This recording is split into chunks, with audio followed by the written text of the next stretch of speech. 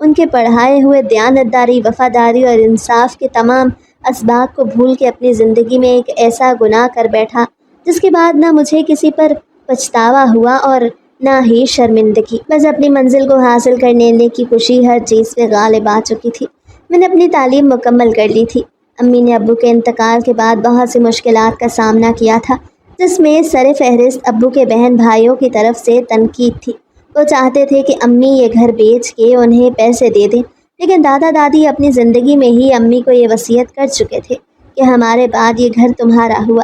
ہم جانتے ہیں کہ ہمارا یہ بیٹا نکما ہے اور اس نے تمہیں تمام زندگی دکھ پہنچایا ہے، کبھی ڈھنگ سے کوئی کام نہیں کیا، اس لیے ہم چاہتے ہیں کہ ہمارے مرنے کے بعد اس گھر کی تم دیکھ بھال کرو اور ہمارے دوسرے تمام بچوں کی آمد کا سلسلہ اس گھر میں جاری و ساری رہے۔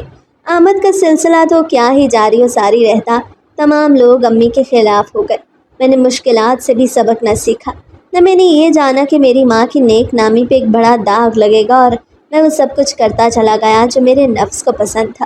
نفس کی راہ پہ چلتے ہوئے میں نے یہ کبھی نہ سوچا کہ لوگ مجھ پہ انگلیاں اٹھائیں گے، بلکہ میرے نزدیک تو میں نے ہر کام انتہائی رازداری سے کیا، پر نہ جانے یہ راز کہاں سے کھل گیا، اور جو کچھ میری زندگی میں واقعہ پیش آیا اس نے مجھے ہمیشہ ہمیشہ کے لیے نہ صرف شرمندہ کیا بلکہ برباد کر کے رکھ دیا، اور مجھے اپنی شرمندگی سے زیادہ اپنی بربادی کا افسوس تھا۔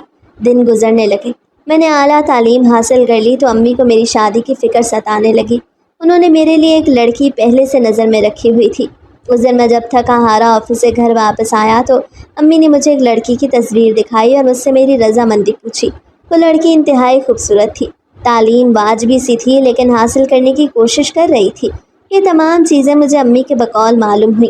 میں نے اپنی رضامندی ظاہر کر دی، کیونکہ اس وقت تک میں عشق محبت کے چکروں میں نہیں پڑا تھا، اور یہی میری زندگی کی سب سے بڑی غلطی تھی۔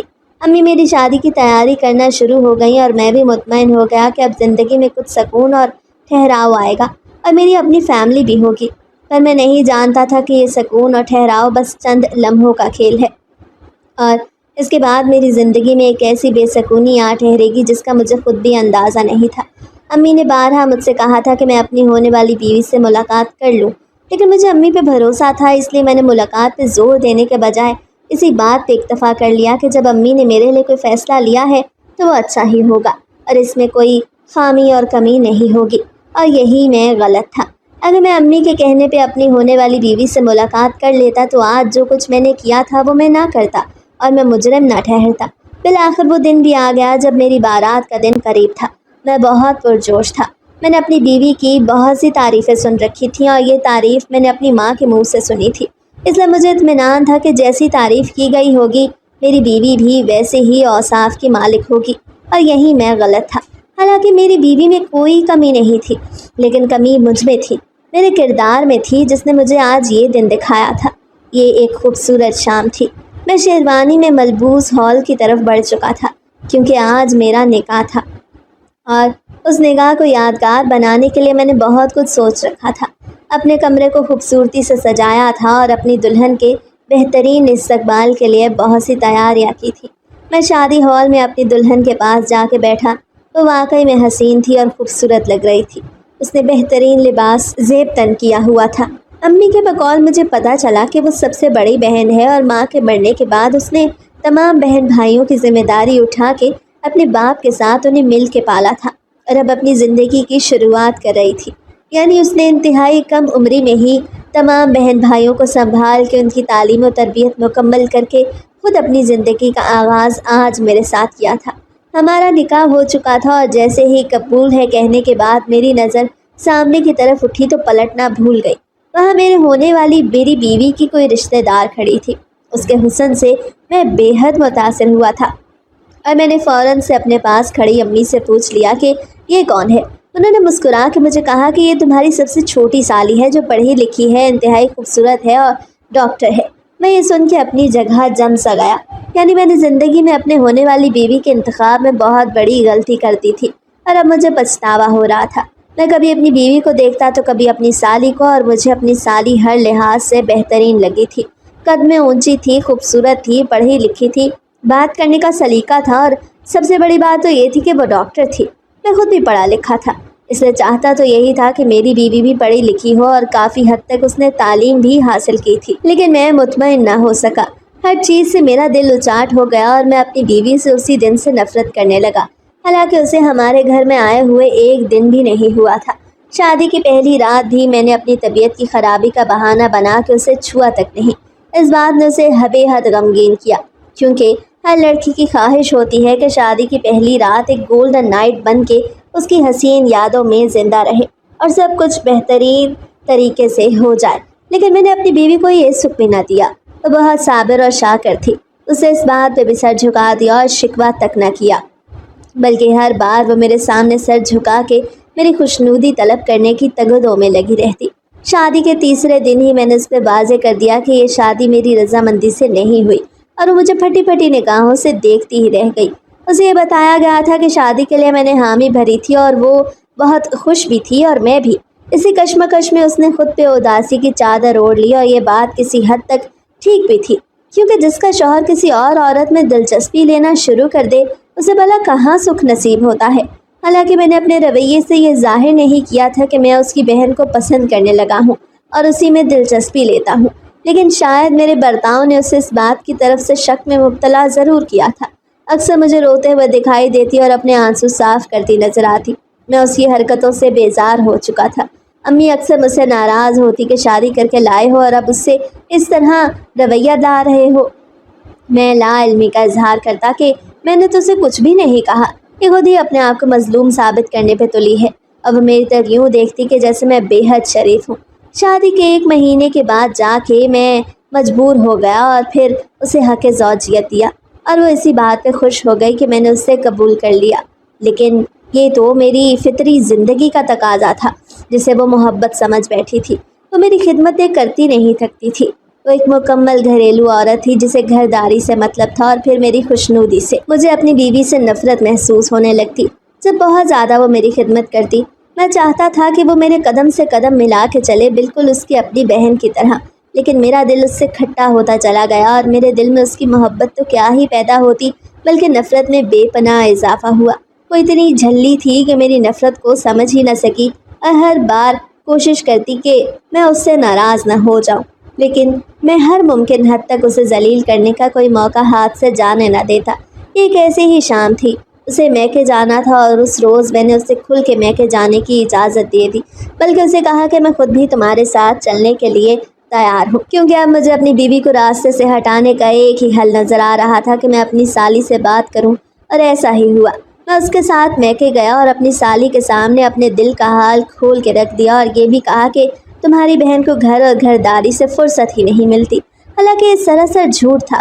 وہ ہر ممکن حد تک میرا دل بہلانے کی کوشش کرتی تھی، ہر ممکن حد تک میرا ساتھ دیتی تھی، اور کبھی بھی اس نے مجھے ناراض کرنے کی کوشش نہ کی تھی، لیکن یہ میں تھا جس کی نیت میں کھوٹ تھا، اور اسی کھوٹ کی وجہ سے آج میں اس کے ساتھ میکے جا کے اپنی سالی کے سامنے اپنے دل کا حال کھول کے بیٹھ گیا تھا۔ مجھے تو لگا تھا کہ آر ہوگا یا پار ہوگا، اور یہ واقعی میں پار ہو گیا تھا۔ میرا آئیڈیا کامیاب ہو گیا اور میری سالی نے مجھ سے محبت کا اظہار کیا۔ مجھے ڈانٹنے، برا بھلا کہنے کے بجائے اس نے کہا کہ میں بھی کبھی کبھی یہی سوچتی ہوں کہ باجی کی قسمت کتنی اچھی ہے، تمہارے جیسا پڑھا لکھا اور اچھا کمانے والا شخص مل گیا جو دیکھنے میں بھی ہینڈسم ہے۔ تم ان کے ساتھ بالکل بھی نہیں جچتے ہو۔ اگر تم اسے طلاق دے دو تو میں تمہارے ساتھ شادی کرنے کے لیے راضی ہوں، لیکن یہی مرحلہ تو میرے لیے سب سے زیادہ مشکل تھا۔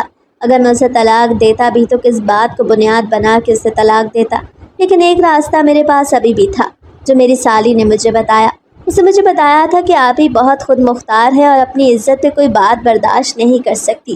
تم ایک کام کرو، اسے تانے دینا شروع کر دو کہ وہ کم پڑھی لکھی ہے، اور میں نے ایسا ہی کیا۔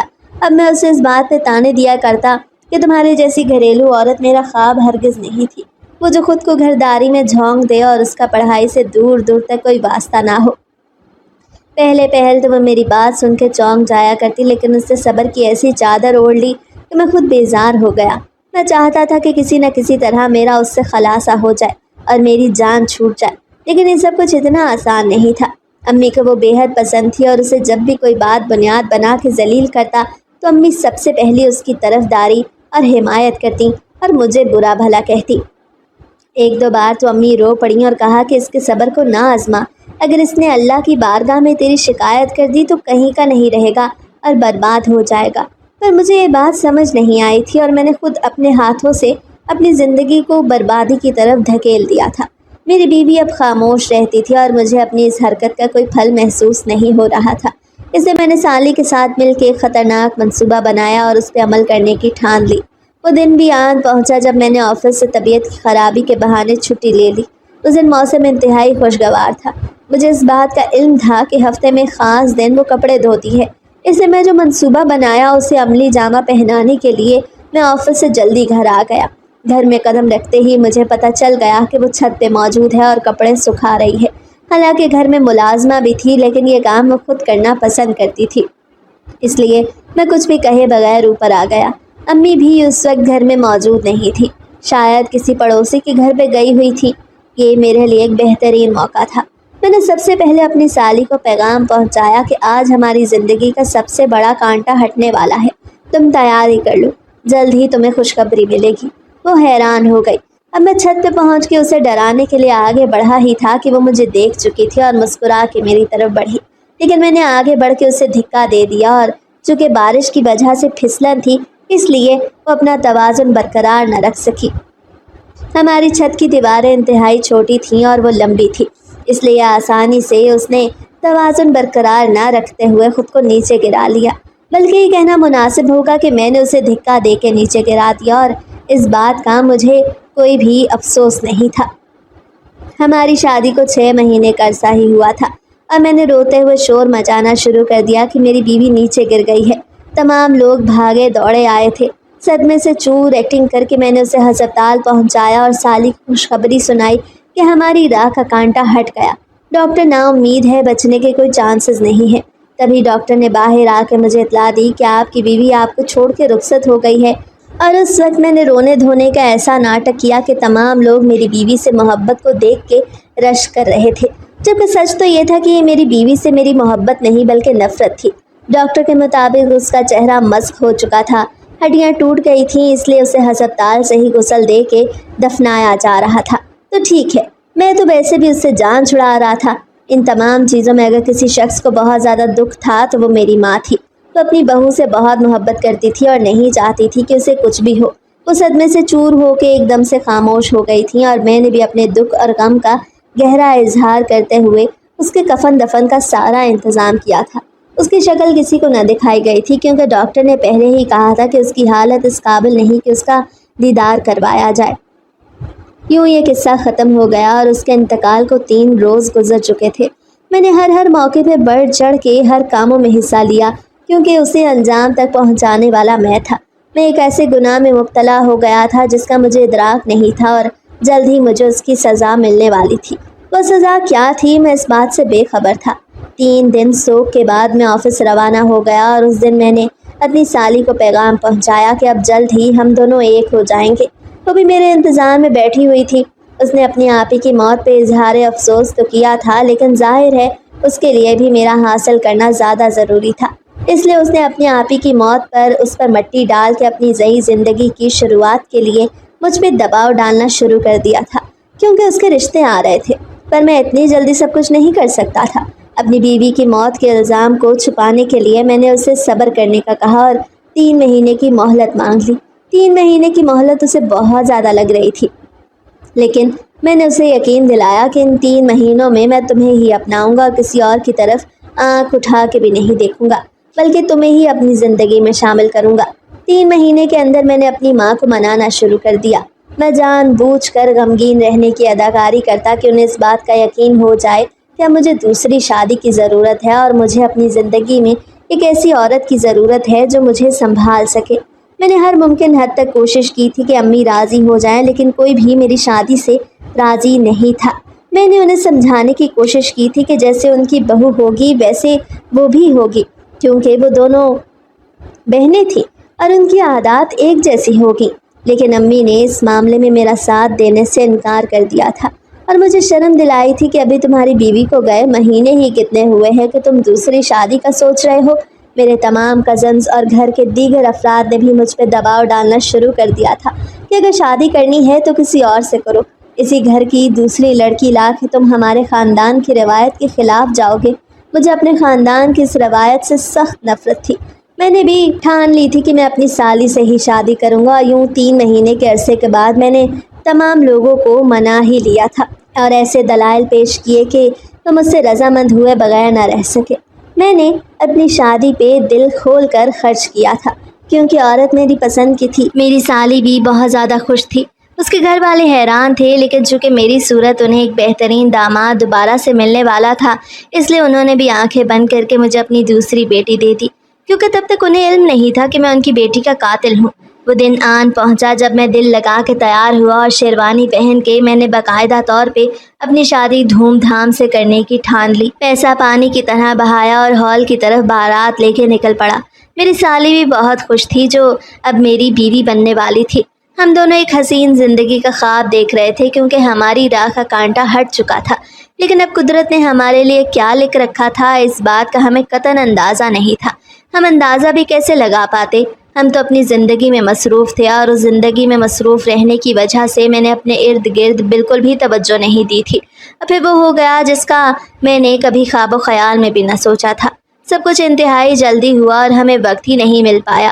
میں بارات لے کے ہال پہنچا تو اپنی ہونے والی بیوی کی طرف دیکھ کر میری آنکھوں کو ٹھنڈک پہنچی، اور اس وقت میں یہ بھول گیا کہ میں قاتل ہوں۔ میں جیسے ہی نکاح خواہ کے سامنے بیٹھا اور نکاح خواہ نے مجھ سے ایجاب و قبول کے لیے اجازت لینا شروع کی، تب اچانک سے اس 5 اسٹار ہوٹل میں جسے میں نے ہال کے طور پہ منتخب کیا تھا ایک بھگدڑ مچ گئی، اور ہال کی انتظامیہ مجھے اپنی طرف آتے ہوئے دکھائی دی تھی۔ میں حیران رہ گیا کہ بھلا یہ کیا بات ہو رہی ہے اور یہ کیا معاملہ ہے۔ جب وہ لوگ میرے پاس پہنچے تو میں نے غصے سے ان کی طرف دیکھ کے کہا کہ یہاں میرے آفس کے بڑے بڑے لوگ آئے ہوں گے اور آپ ہیں کہ بدنظمی پھیلا رہے ہیں، میں آپ کے خلاف کیس کروں گا۔ لیکن انہوں نے جو کچھ مجھے کہا اس کے بعد تو میری آنکھیں پھٹی کی پھٹی رہ گئی تھیں اور میں سانس لینا تک بھول گیا تھا۔ میں ایک دم سے اپنی جگہ سے کھڑا ہوا اور جیسے ہی سامنے کی طرف نظر کی تو وہاں سے پولیس آفیسر آ رہے تھے۔ ہال کی انتظامیہ نے مجھ سے کہا کہ آپ ہم پہ کیا کیس کریں گے؟ ہم آپ پہ کیس کریں گے۔ آپ نے یہاں اپنی شادی رچا کے ہمارے ہوٹل کی ساکھ کو نقصان پہنچایا، اور اب آپ یہاں سے باعزت چلے جائیں ورنہ ہمیں آپ کو دھکے دے کے نکالنا ہوگا۔ یہاں پولیس آفیسر کو دیکھ کے ہمارے ہوٹل کی ساکھ خراب ہو گئی ہے۔ میں نے کوئی جواب نہ دیا۔ پولیس آفیسر میرے پاس آیا اور انہوں نے مجھے ہتھکڑی لگانے کی کوشش کی۔ میں بلبلا اٹھا تھا کہ یہ کیا حرکت ہے؟ آج میری شادی ہے اور میری شادی میں رنگ میں بھنگ ڈالنے کی کوشش کے لیے آپ لوگ کیوں یہاں تشریف لے آئے ہیں؟ تب ایک آفیسر آگے بڑھا اور اس نے جو کچھ کہا اسے سن کے میرے اوسان خطا ہو گئے۔ اسے مجھ سے کہا کہ یہ ہمیں ہماری میڈم کی طرف سے آرڈر ملا ہے جو ہمیں پورا کرنا ہے، اس لیے آپ کو ہمارے ساتھ تھانے چلنا ہوگا اور اپنی گرفتاری دینی ہوگی۔ میرا دماغ بلبلا اٹھا اور میں نے کہا کہ کون ہے تمہاری میڈم؟ اسے ہمارے سامنے لے آؤ۔ میرے ہونے والی بیوی بھی کافی حد تک ڈر سہم کر میرا ہاتھ پکڑ چکی تھی، لیکن میں اسے تسلی اور دلاسے بھی نہ دے سکا کیونکہ میں خود حیران تھا کہ آخر یہ سب کچھ ہو کیا رہا ہے۔ تبھی میری نظر ہوٹل کے بیرونی دروازے پہ پڑی جہاں سے پولیس آفیسر کے بقول ان کی میڈم چلتی ہوئی آ رہی تھیں، اور جیسے جیسے میڈم قریب آتی گئیں ویسے ویسے میرے ہوش اڑتے گئے۔ میرا منہ کھلے کا کھلا رہ گیا اور میں پھٹی پھٹی نگاہوں سے اس میڈم کو دیکھ رہا تھا۔ میرے ہونے والی بیوی کا بھی یہی حال تھا۔ اسے میرا ہاتھ چھوڑ دیا اور ہم دونوں ایک ہی وقت میں ایک دوسرے کی طرف دیکھ کر حیرت کا اظہار کر رہے تھے۔ میرا راز کھل چکا تھا۔ وہ میڈم کوئی اور نہیں بلکہ میری سابقہ بیوی تھی جسے میں نے چھت سے دھکا دے کے نیچے گرا کے قتل کر دیا اور اس کا انتقال ہو گیا۔ تو پھر یہ دوبارہ زندہ ہو کے کیسے آ گئی؟ وہ عورت میری طرف بڑھی اور اس سے مجھ سے کہا کہ تمہارا کھیل ختم ہو گیا۔ وہ عورت کوئی اور نہیں میری سابقہ بیوی تھی جو بالکل زندہ سلامت میرے سامنے کھڑی میری ذات کی دھجیاں بکھیر چکی تھی۔ تم زندہ کیسے ہو گئیں؟ یہ بات سن کے وہ کھلکھلا کے ہنس پڑی اور کہا کہ میں مری ہی کب تھی، میں تو زندہ تھی، لیکن تم اپنی نئی زندگی کو بسانے کی خوشی میں یہ تک بھول گئے کہ تمہاری بیوی مری نہیں۔ کیا تم نے میرا مرا ہوا چہرہ دیکھا جو تم نے مجھے مرا ہوا قبول کر لیا؟ یہ سننا تھا کہ میں وہیں بیٹھ گیا اور اپنا سر پیٹنے لگا۔ میرا سارا کھیل ملیا میٹ ہو گیا۔ میرے ہاتھوں میں ہتھکڑی لگائی جا چکی تھی۔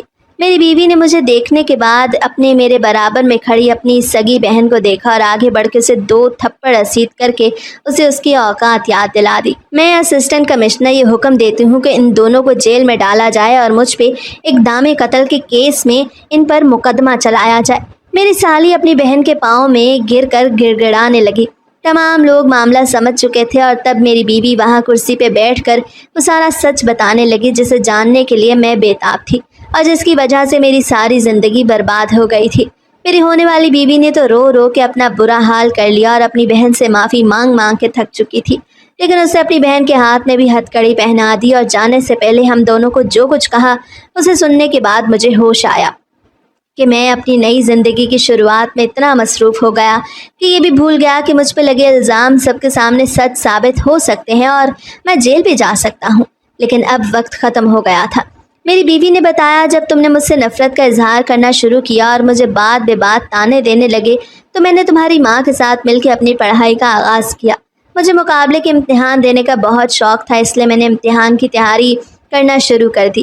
تم تو مجھ پہ توجہ نہیں دیتے تھے، اس لیے میں نے اپنی ساری توجہ جب بیکار ہوتی دیکھی تو اپنی لگن کو اپنی پڑھائی کے لیے مختص کر دیا۔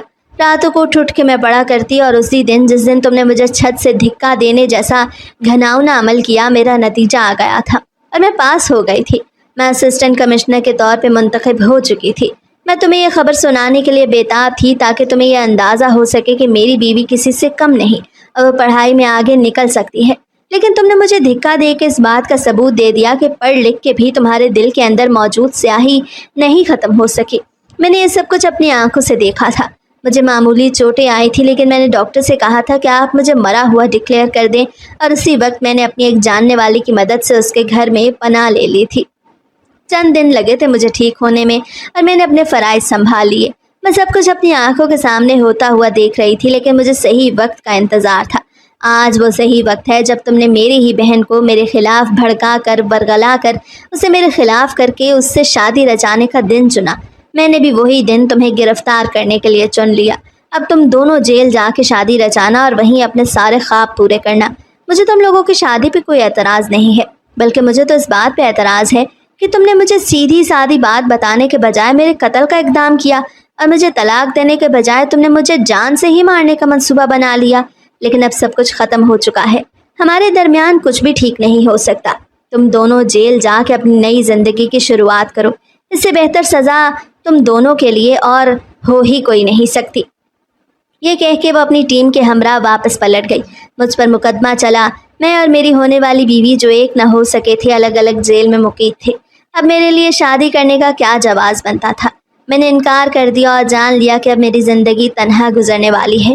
جیل کی سلاخوں کے پیچھے مجھے اپنی ساری عمر گزارنی پڑے گی، اس لیے میں نے اپنی یہ سزا قبول کر لی اور اپنی قابل بیوی کو جان سے مارنے کے لیے اقدام پر اپنا جرم نہ صرف قبول کیا بلکہ اپنی زندگی کی بربادی کا تماشا اپنی آنکھوں سے دیکھتا آ رہا تھا۔ تمام لوگوں نے مجھ پہ انگلیاں اٹھائی تھیں، مجھے شرمندگی ہوئی تھی، لیکن یہ شرمندگی اس گناہ سے بڑی نہیں تھی جو میں نے کیا تھا۔ اب میں یہاں جیل کی سلاخوں کے پیچھے اپنی زندگی کے دن کاٹ رہا ہوں اور اس بات پہ افسوس کرتا ہوں کہ جب میں نے اپنی سالی کو پسند کر کے اپنی بیوی کی ناقدری شروع کر دی اور اس کی ناقدری اور اقدام قتل کے کھیل نے مجھے اس نہج پہ پہنچا دیا کہ میں خالی ہاتھ ہوں، اپنے گناہوں کا کشکول لے کے رحم کی بھیک مانگ رہا ہوں۔ لیکن نہ مجھے اللہ کے در سے رحم کی بھیک مل رہی ہے اور نہ مجھے انسانوں کے در سے، کیونکہ میں اسی لائق تھا اور جو کچھ میں نے کیا تھا میں اس کی سزا بھگت رہا ہوں۔